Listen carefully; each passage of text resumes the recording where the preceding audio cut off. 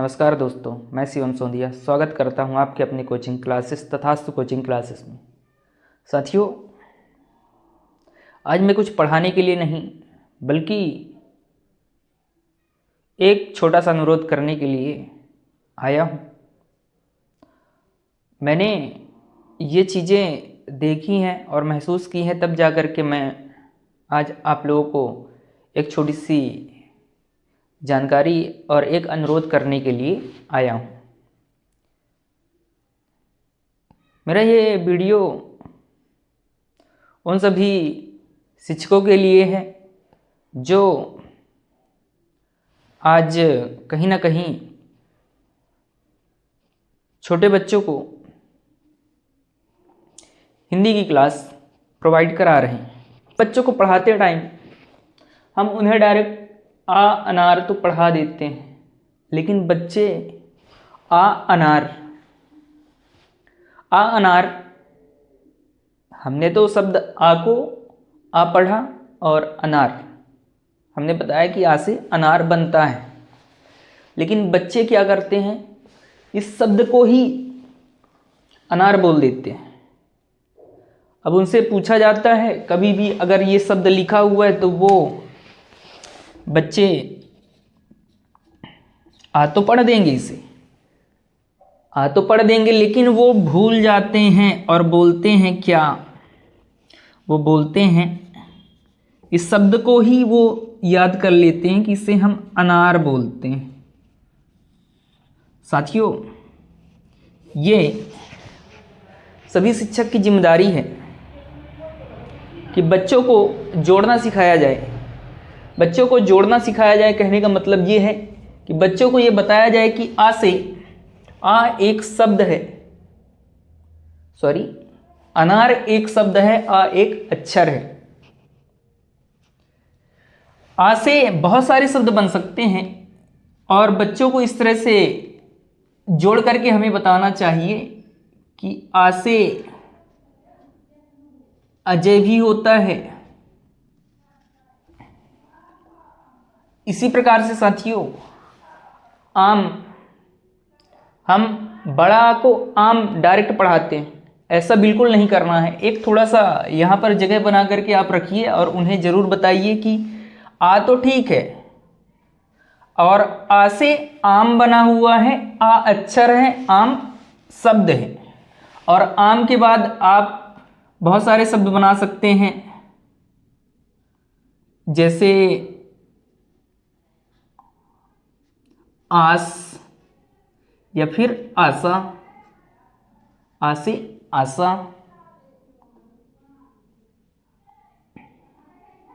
इसी प्रकार से साथियों, इमली नहीं, ई से, छोटी ई से इमली। और बच्चों को ये आप जरूर बताइए कि ये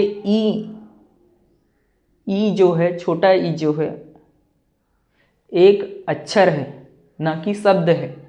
बच्चे क्या करते हैं, बच्चे डायरेक्ट ही याद करके रखते हैं कि ये क्या है, ई इमली लिखा हुआ है। ई इमली ये बिल्कुल नहीं लिखा हुआ है, ये ई लिखा हुआ है और ये इमली है। यानी कि बच्चों को यहाँ पर आपको उंगली रख करके पढ़वाना है, तब जा करके बच्चों के माइंड में विकास होगा, बच्चे जोड़ने की कला समझ पाएंगे।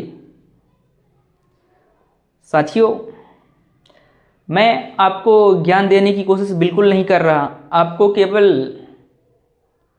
एक छोटी सी जिम्मेदारी याद कराने का प्रयास कर रहा हूं कि बच्चों को आप इस तरह से पढ़ाइए जिससे कि वो आगे भविष्य में भी कुछ बेहतर कर पाएं। जैसे हमने देखा फासे फल और फासे फल, और इसे हम बोल सकते हैं फसल।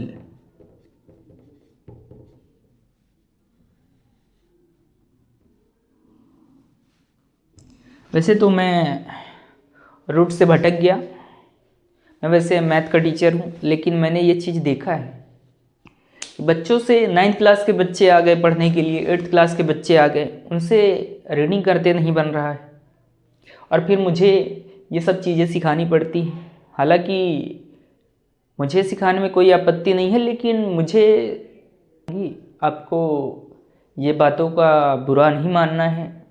मैं केवल आपको एक जिम्मेदारी का एहसास करा रहा हूँ कि आप ये जो छोटे छोटे बच्चे, नन्हे मुन्ने बच्चों को आप पढ़ा रहे हैं, तो आपके ऊपर बहुत बड़ी जिम्मेदारी है।